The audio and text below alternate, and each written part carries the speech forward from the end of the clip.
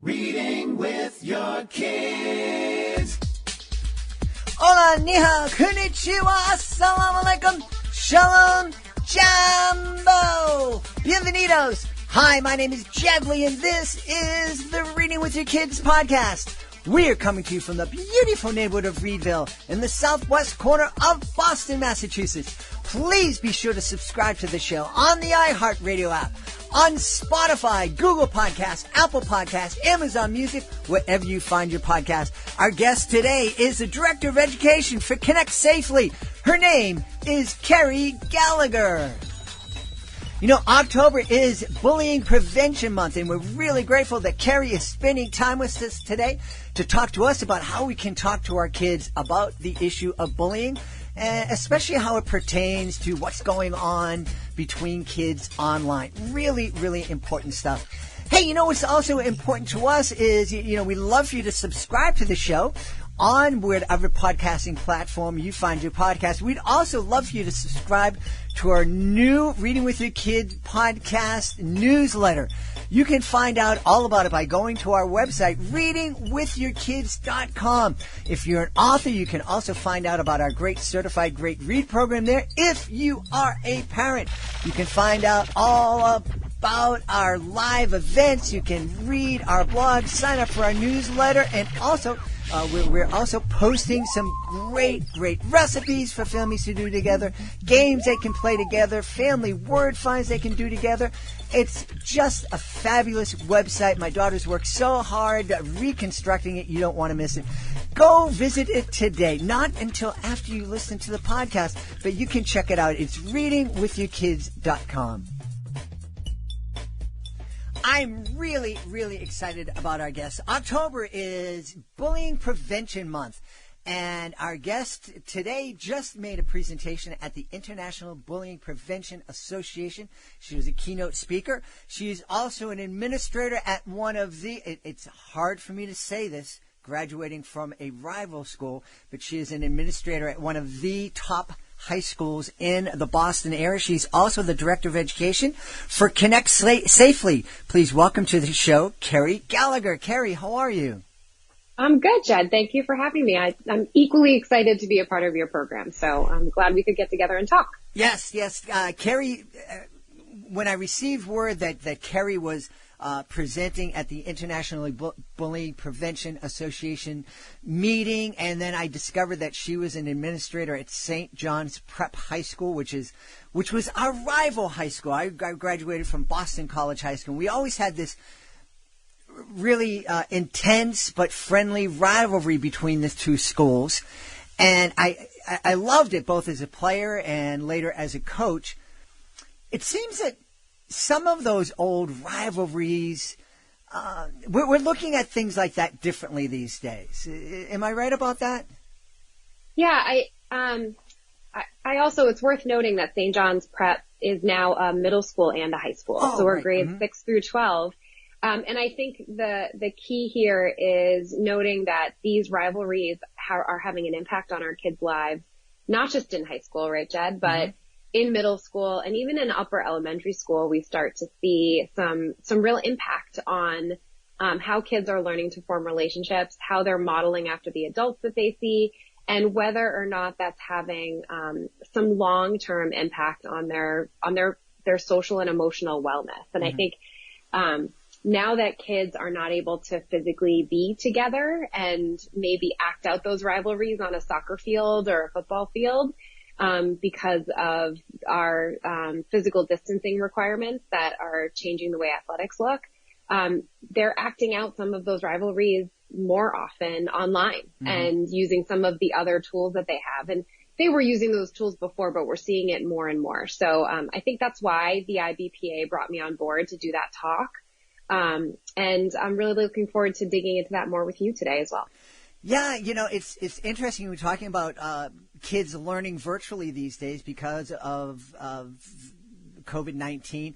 My niece is here in the next room. She is learning virtually, and she's here because the internet, a truck came by and tore the wires down, and so there's no internet in her home. So she's learning here today, and we're really happy to have her here. But It's a different world. I can't imagine. Well, we barely had telephones back when I was in high school, but I can't imagine being at home for the past 9 months, especially if I was trying to learn online. And I love online learning, but high school seems different. Yeah, I would say, I mean, I just finished teaching my class too, right before I hopped on this call with you. And all the administrators at my school, we all still get to teach one class, which is great because I love spending time with those students in the classroom. So half of my students are in the classroom with me and half are attending virtually from home. And that's the model that our school is working with. And it's working really well because we're able to be with our full class of students, even if half are virtual and half are in person every single day. And then they swap places. But other schools are doing it differently, right? They have students who are in school, for some days and then they're at home for other days. And the days they're at home, they're learning what we call asynchronously, which means they have to kind of do their assignments on their own at their own pace. And they rely a lot more on support from adults who are at home with them or maybe older siblings that are home with them. But this also means that all of us are online constantly and we can no longer really talk about screen time as a concern because it's almost mandatory in order for us to participate in our relationships socially, academically, and professionally.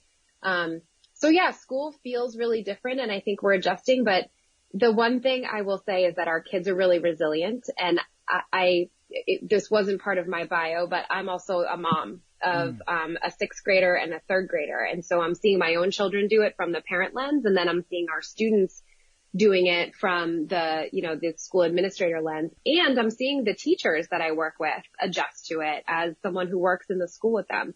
And I think we all have good days and we all have days where we're struggling. And I think what's important is to give each other the space and grace to have those struggles and move past them and to really try to celebrate the successes at the same time. So we're all navigating a lot, but the one thing I find comfort in is that we're all at least, even when there are days that are struggles, at least we're in it together, right? We know we have each other through these struggles. And I think that's, as we're talking about bullying, Jed, I think that's something that we want to point out to our kids too, that the adults are just learning how to do this. None of us have done this before. So if there are days that you feel like you didn't knock it out of the park and you didn't really handle things well, you can go to sleep and have a fresh new next day. And a lot of us are experiencing days like that. Yeah. Yeah, we are on this incredible learning adventure. And it really is unprecedented. And hopefully it's a one and done. I'm hoping, humans don't have to be dealing with this on an ongoing basis. But something we've been dealing with since the start of time is this idea of bullying and power and people, using their power to control others and to hurt others. And how has, when I was growing up, bullying was, you steal someone's lunch money, knock them down, call them names. And that still goes on, but it's different now that we have screens and that people are online so much. Talk about that a little bit and how, what things parents might not be aware of. Sure. So bullying, I think, is a term that adults use a lot, but it's not a term that kids use. So if you really want to have a conversation with your kids, if they're adolescents, older elementary, or even high school, I would use the word drama. So, we know research shows that that's kind of the word that kids are using when they talk about bullying. They talk about someone who creates drama or someone who, is adding drama. So I'm going to open a quick research study in my other window while we're chatting so that I make sure I'm citing it properly.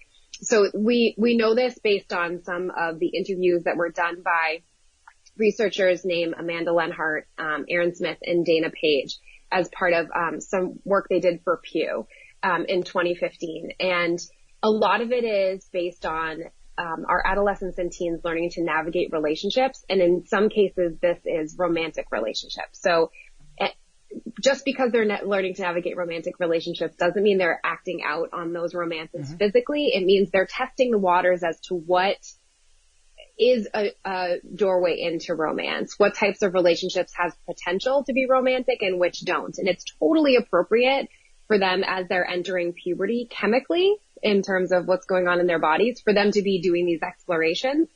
But a lot of times bullying is based on those relationship explorations because they're trying to figure out what makes somebody romantically attractive or what gives someone romantic potential.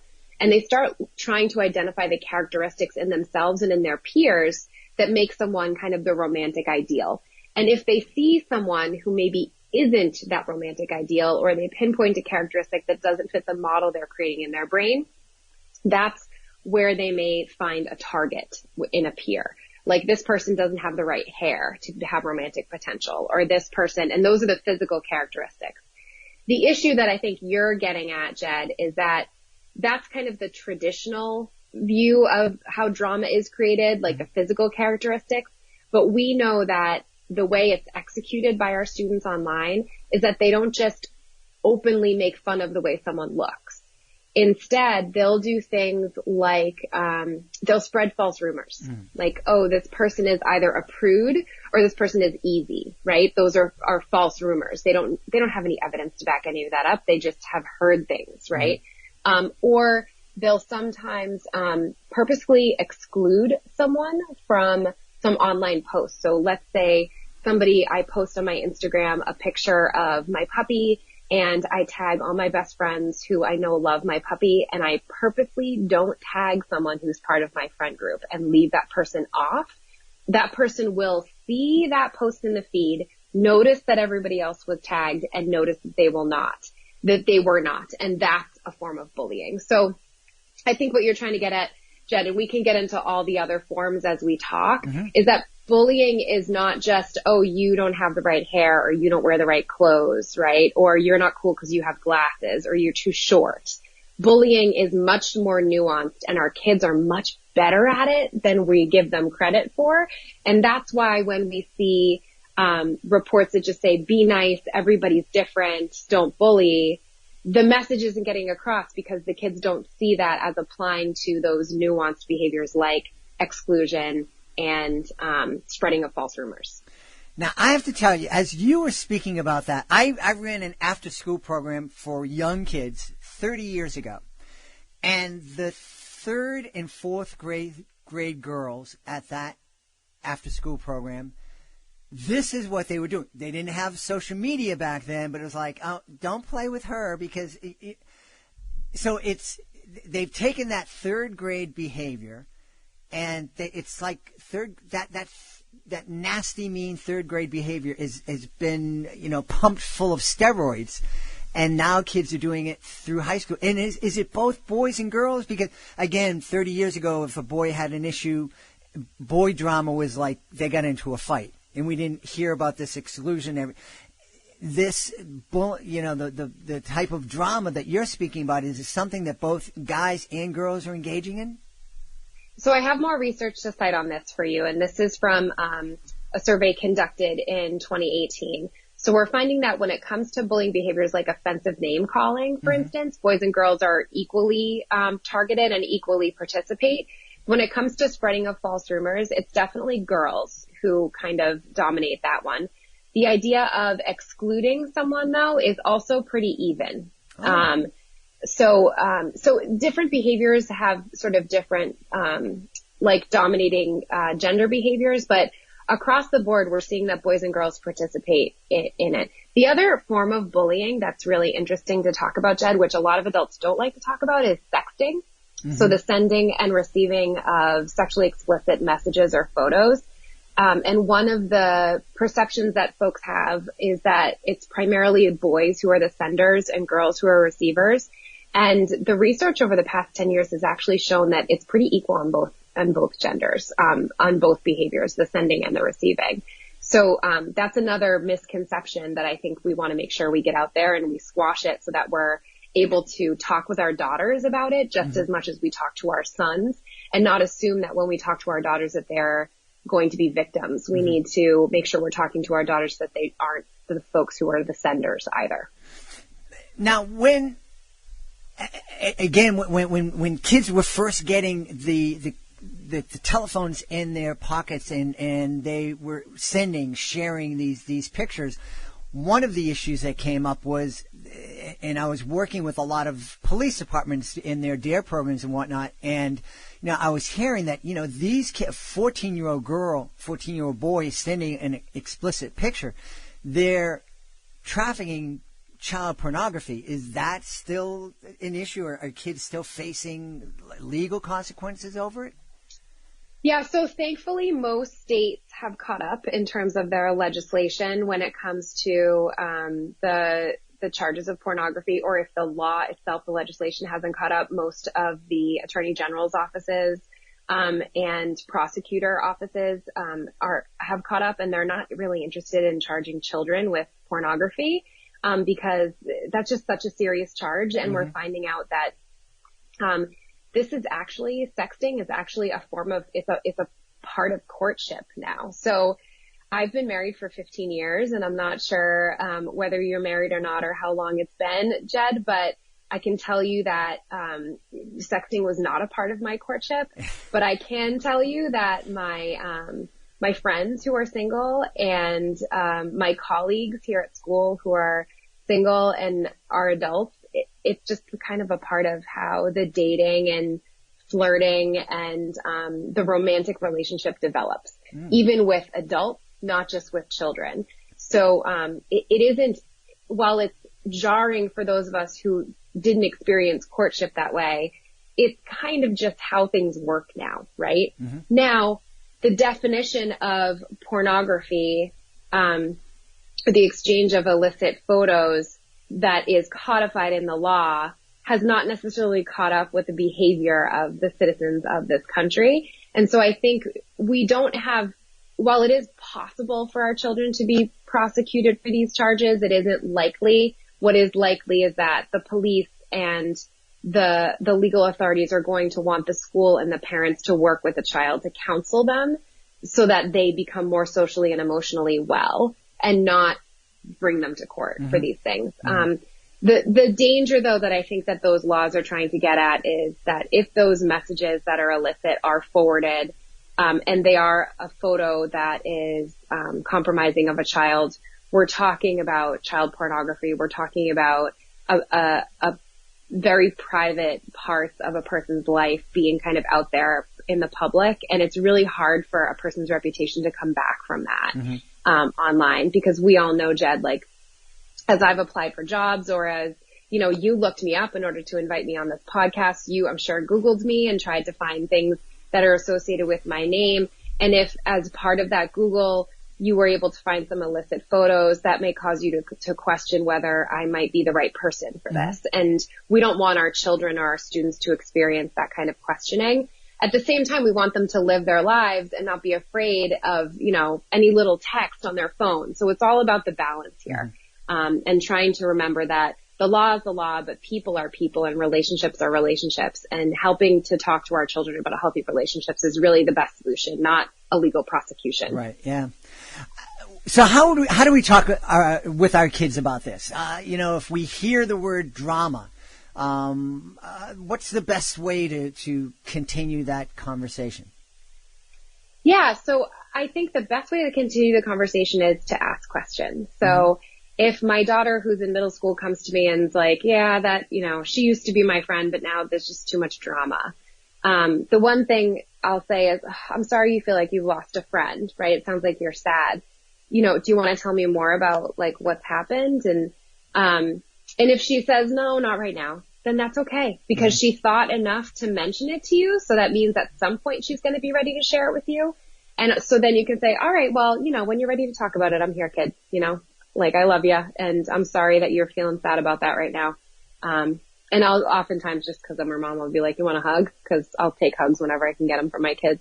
But if they do want to talk about it, then just listen. I think it's important that if we hear our kids say the word drama, or if they're upset about something, that they're coming to us because they're expecting us to be a voice of reason and calm.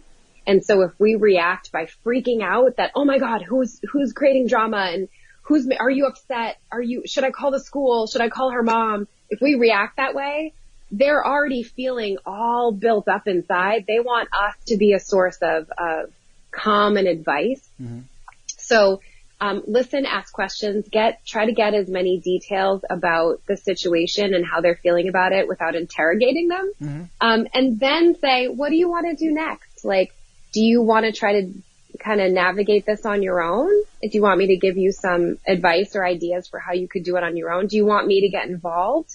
You know, do you want to just, you try it first, and then if that doesn't work, then I can get involved? And I think it's really important that we don't overstep our children's trust, that we give them some choices about how to address the situation. And if we are going to get involved, we do it with their permission and their blessing, so that they feel as though they still maintain some power over their relationships. Because if they've become a target of other bullies or a target of drama, they've lost some social power that they need to gain back.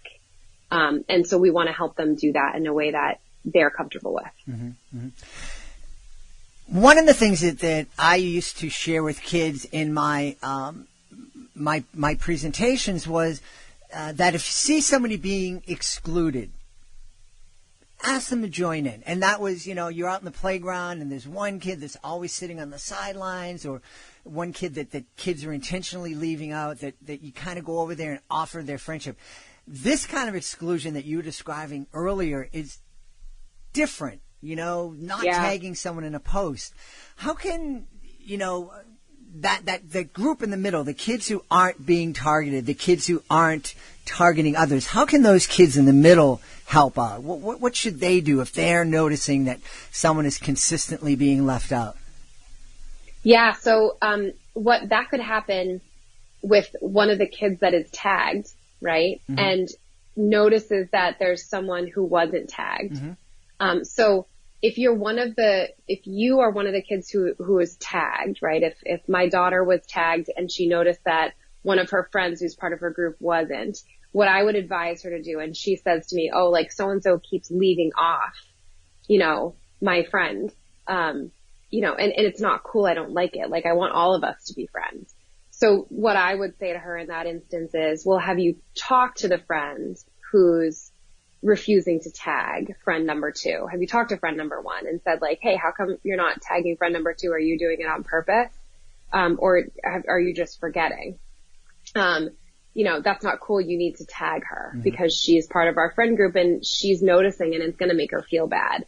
I think that's an important step. Is we need to encourage our children to speak directly to the child who's engaging in the bullying behavior, or speak directly to the child who's engaging in the drama, because the person who's making those choices needs to have a chance to remedy their mistake. Everybody should have an opportunity to remedy their mistake, right? And notice that I didn't call friend number 1 the bully, mm-hmm. because labeling that child the bully is counterproductive. Number 1, just because they engaged in a bullying behavior doesn't make them a bully. It makes them a person who made a mistake, mm-hmm. right? And has a chance should have a chance to correct it. Like, I've definitely on social media posted things and tagged a bunch of people and forgotten to tag someone. That has happened. I have done it, and I have gotten a tag request from another friend to tag friend number 2 and been like, oh, yep, and added it, or gone back and added them later. And then direct message them behind the scenes, like, hey, sorry, I forgot to tag you. I just noticed it. I was in a rush or whatever, mm-hmm. Love you, bye, whatever. So I think that's important. Like, people make mistakes and they should have an opportunity to remedy them. If it's something that's ongoing and repeated, then I would advise my daughter, you should make sure you talk to friend number 2 and tell her, like, I told friend number 1 this wasn't cool. I told her she needs to tag you. And I'm sorry this is happening, and I am not okay with it. And mm-hmm. I am your friend, 100%. Because, my daughter can't control friend number 1. She can tell friend number 1 how she feels. But if friend number 1 continues to make the same mistakes, friend number 2 needs to know she has allies. Mm. So that's really important. And then, she can connect with friend number 2 and say, is there more that, I've already talked to friend number 1. Is there more that I can do to support you? Like, I'm starting to feel like friend number 1 isn't someone who I can trust. What are your thoughts on this? not to conspire against friend number one, but to make sure that everybody feels as though they have an ally in the friend group. Mm-hmm. Yeah, I think that's real important. Boy, it's life growing up just seems to get more and more complicated and challenging for kids, doesn't it? Yeah, but to be truthful, Jed, like adults are doing this to each other too, right? I think that's really important. Like we joined a pool this summer as a family, and I was chatting with, I don't do a lot of the PTO or PTA activities because I work more than a lot of other moms. So I was chatting with some of the other moms who were there at the pool when I was there with my kids, and there's another pool that you can join at the other end of our city. And they were talking about how they used to belong to that pool, but at that pool, moms can be pretty cliquey and they'll purposely like exclude each other in gatherings and stuff like that. And this is all obviously COVID appropriate stuff, the conversations that are happening, by the way. I don't want anybody to think I was like not practicing social distancing or doing anything inappropriate. And I was like, what? There's like adults of like our children are middle school age and there's adults that are doing this to each other. And they were like, yeah. And I was like, honestly, I'm glad I work too much. Like I just don't have time for that kind of drama. Right. Like, but I think the point is that you and I can talk all about how to take care of our kids, but we need adults to step up and model this because they know it's happening with the adults. Mm-hmm. They can overhear your conversations that you're having about other adults with your spouse or with, your friends when they hear you on the phone with your friends. So the best way to teach your kids is to practice what you preach and not just don't get involved in your kids' drama. Make sure you check yourself and you don't have any drama that needs to be addressed first. Yeah, absolutely. And certainly, if we need to find an example of bad behavior of, being practiced by adults, all we have to do is to look at not any of our politicians, but there are a lot of politicians on both sides of the aisle that are practicing pretty childish behavior these days. Well, and I think that the way the media portrays or gives us sound bites of politicians, phrases or words makes us think that you are either on one side or you are on the other side and there's no middle. And the truth is that most of us are in the middle. We are. Because when I have conversations about politics with my colleagues or my friends, and we don't talk about what the candidates have said, but instead we talk about what we want for our community and our country, we have a lot more in common. If we leave the politicians out of the conversation and instead we talk about what the direction is that our country should go in and what we need as a nation, we actually agree. Mm-hmm. So if we just focus on how the media portrays politics and the sound bites from the politicians, that's not politics. That's the media game. Mm-hmm. Instead, when we're thinking about politics, we need to start thinking about what are the actions that our government could take to make our country better. So it isn't this person or this person. It's the government as a whole and how it can move forward. Similarly, so when we give more airtime to those like really negative sound bites, we're promoting bad examples for how we can use our voice online for our children. And until we stop giving attention to those bad examples, our kids are going to continue to be exposed to those bad examples and potentially mimic it as they grow up. Yeah.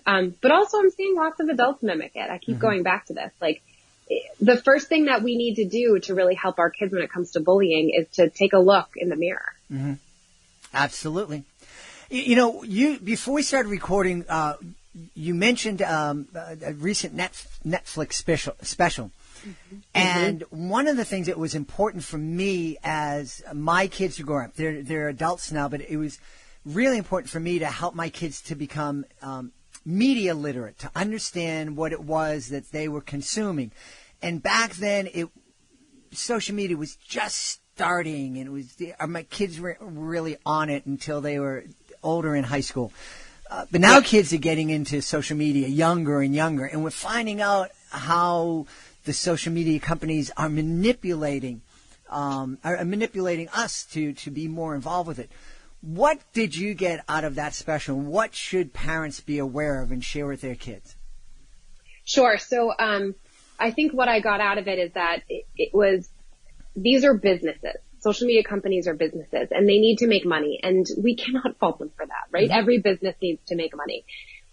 So they developed a model for how to attract customers or users to their platforms while also making sure that they're able to bring in revenue so that they can make a profit and pay their employees and continue to grow their business. So any of us who work in business know that that's how any company is built, right? And if, as a side benefit, you work in a business that you feel actually does some good in the world, then that's a bonus. Mm-hmm. And many of us are able to work in industries and do things that we feel, are doing good in the world. And I think for me in education, that's a real core of what I do. And probably for you with your programming that you've done in schools and sharing some great books on this podcast, I'm sure that's at the core of what you do.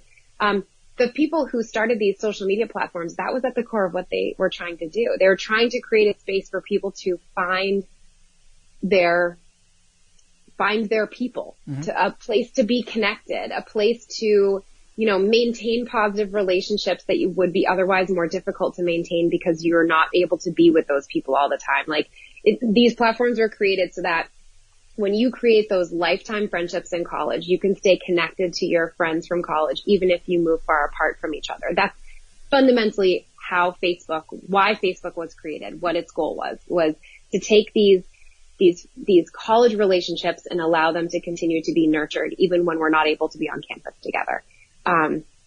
It grew because they figured out a money-making model that worked. Mm-hmm.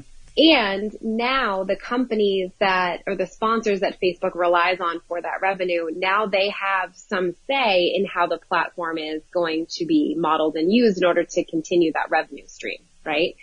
So the thing I want, this is a long way of going about it, but the thing I want all users of all social media platforms to understand is that you are part of the business model that allows them to make a profit. So as long as you are okay with that, it is totally fine for you to use those platforms, and you should continue to use it to stay connected. But just understand that because you are there, they are able to basically say to these other companies, you get to advertise to these users, and that's how we make money, right? Mm-hmm. I would never give up my social media. I love my social media. But I also love my social media because I've carefully curated it so that I see in my feed people who I genuinely know, mm-hmm. who I genuinely care about, people of varied perspectives politically, people of varied life paths in terms of, other people who have families like I do, people who are single, people who are in lots of different professions, people who are in the same profession as I am. And I'm okay with that. If your social media makes you feel sad or makes you feel unworthy or makes you feel upset, then you haven't curated your social media to meet your needs when it comes to your relationships with people. It comes down to relationships, and it comes down to understanding what the goal of those platforms are. So number one, you're part of their revenue stream.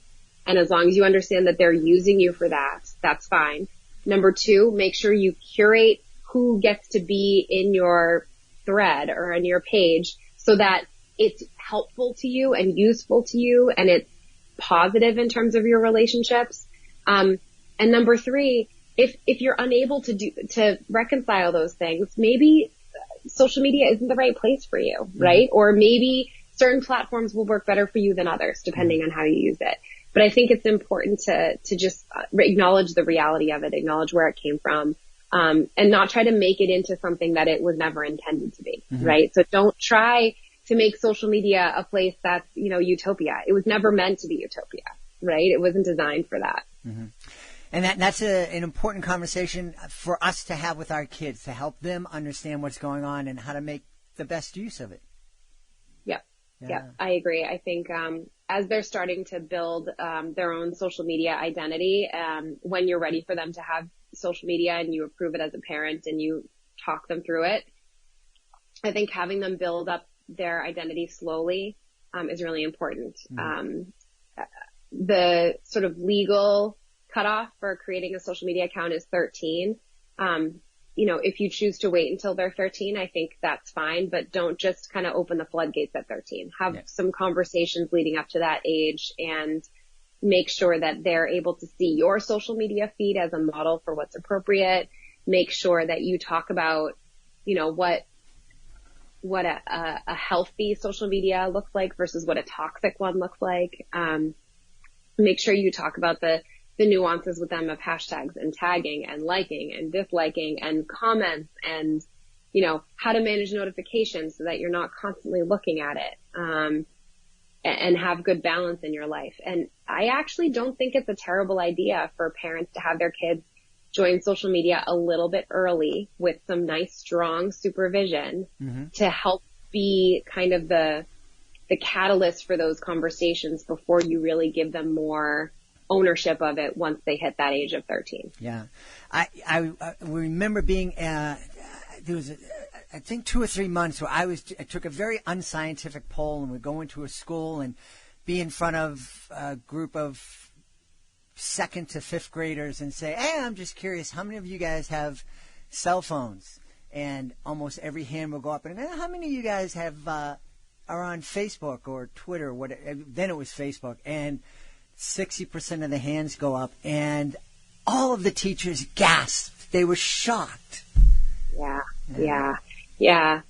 I think in some cases it's important for us not to judge other families for their choice to give their young children access to devices. Every family has different circumstances. Sometimes it could be because the child is moving between a couple of different homes, and there's not just 2 parents who live in a, cookie cutter, perfect white picket fence house with the child, and the adults need to communicate with the child and with each other, and that's the best way to do it. So I think we need to be careful about those judgments that we make, but also it's important for parents to know if they're going to choose to give their child one of these devices when they're very young, that the companies that produce these devices, Apple and Samsung and LG and all these companies, and Google that creates the software for those platforms, they've caught up, and there's a lot of family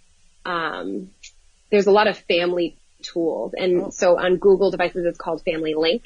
And on Apple devices, it's called Family Sharing. And it's important that if you give a child who's young one of these devices, that you use these tools to add your child to your account as a child, that you never have your child lie about their birthday in order to sign up for something.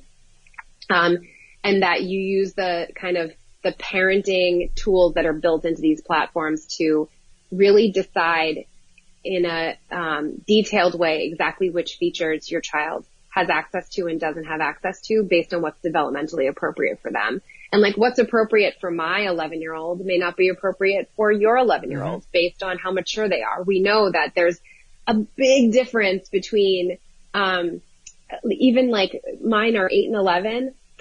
The maturity of my 8-year-old at 8 is so different than the maturity of what my 11-year-old was when she was at 8. They're just different. Every kid is different. So there isn't a magic age or a magic number when it's suddenly okay for us to give kids things. It's important for it to be a process that they go through with us. Yeah. I like the metaphor I like to use is the idea of digital nutrition. So we talk to our kids about healthy food consumption all the time. We do it from when they're toddlers all the way up through until they're adults. What did you have so far today? It sounds like you ate a lot of snacks. No wonder you're not eating your dinner. Okay, fine. If you're not hungry enough to eat your whole dinner, at the very least, eat the peas and the broccoli because you haven't had any vegetables and your body needs at least some vegetables every day, right? And tomorrow you need to make better choices, right? And we have absolutely no problem having those conversations with our kids, even though I'm not a registered nutritionist or dietitian. You don't have to be a social media expert to have those ongoing conversations with your kids about healthy relationships online and healthy use of technology. So don't be intimidated. Just ask questions. Oh, and when in doubt, if your kid starts talking about a platform or a video or something that you've never heard of, look it up on YouTube. There's a YouTube video for everything. So if you don't know anything about it and you're not ready to admit to your kids that you don't know, look it up on YouTube, watch a few videos, and then re-engage in the conversation with a little bit of know-how. Yeah. I bet your parents, and I'm just guessing, but I bet your parents could learn a lot more about this at ConnectSafely. Yeah. Thanks for mentioning it. So in addition to my work at my school, I serve as the director of education for an internet safety nonprofit based in California called ConnectSafely. Our CEO is Larry Magid and our COO is Maureen Cochan. And we work as a team to publish resources for parents and for teachers around safe and healthy use of technology. And so there's tons of guides. So what I suggest doing to find our resources is go to connectsafely.org and click on the guides tab. And you'll see lots of great like one-sheeter tip sheets that can be posted in a classroom or in an office or on a fridge in your home that have lots of great information about social media, sexting, Instagram, Snapchat, TikTok, Roblox. I mean, all of the platforms that are really hot with our kids right now. We publish guides for these to, number one, help parents understand how kids are using them, and number two, help kids talk to their parents about how they're using them to really help facilitate those conversations so that it's not something that intimidates parents. We want it to be something that parents are able to engage in with their kids. That's awesome. What a great resource. And thanks so much for being part of that. Yeah. It's a passion for sure. And as a mom of two kids who are dabbling in all those different platforms that I just mentioned, I want other parents to feel comfortable talking to their kids about it. So I want them to feel like it's just kind of it's a part of our kids growing up now. So avoiding it and just poo-pooing it around our kids is not going to help them learn how to use it healthily. Instead, let's acknowledge it and embrace it with them. And like we've said here on the Reading with Your Kids podcast, those tough conversations that when you're a parent and you're thinking about, oh, my kid's 16, I'm going to have to have that talk with the kid about this, with that, and I don't know how to do that. Now you're going to have talks with your kids about social media, about bullying, about being a good friend. Those conversations start when you're reading those picture books with your kids. And if you have those conversations, cuddled up on the couch, reading Dr. Seuss, then hopefully you'll continue that, and having these conversations about social media will be just as easy. Yeah, I think so. I mean, we're used to talking to our kids about all kinds of things, and I like the image of cuddled up on the couch or the dinner table or wherever you have, or if they're trapped in the car with you on a ride to baseball practice, like wherever you're able to have those conversations, make this a part of the topics that you cycle through with them. Absolutely. Kerry, I think we could talk for hours. There's so much to digest and dive into, but I really appreciate the time you've spent talking with us today. We've had a great conversation talking with the Director of Education for ConnectSafely and also a great administrator at St. John's Prep in Massachusetts, Kerry Gallagher. Kerry, thanks so much for being with us today. Thank you for having me, Chad. This was a great conversation. Looking forward to listening to more of your podcast episodes as well. Please be sure to join us for the next edition of the Reading with Your Kids podcast. Our guest will be Peggy Sapp. She is the founder and the national director of the Red Ribbon Campaign. That is the next edition of the Reading with Your Kids podcast. I want to thank the folks who made today's show so wonderful. Of course, we want to thank Kerry Gallagher. Be sure to check out ConnectSafely. Also want to thank my team, starting with my daughter, Alejandra Doherty, Fatima Khan, Peggy Cotto. I want to thank my beautiful wife for all the support she gives me, but most of all, I want to thank you. Thank you so much for taking the time to join us today, and thank you so much for making the world a better place by reading with your kids and talking to them about how they conduct themselves with their friends. I'll be looking for you in the next edition of the Reading with Your Kids podcast.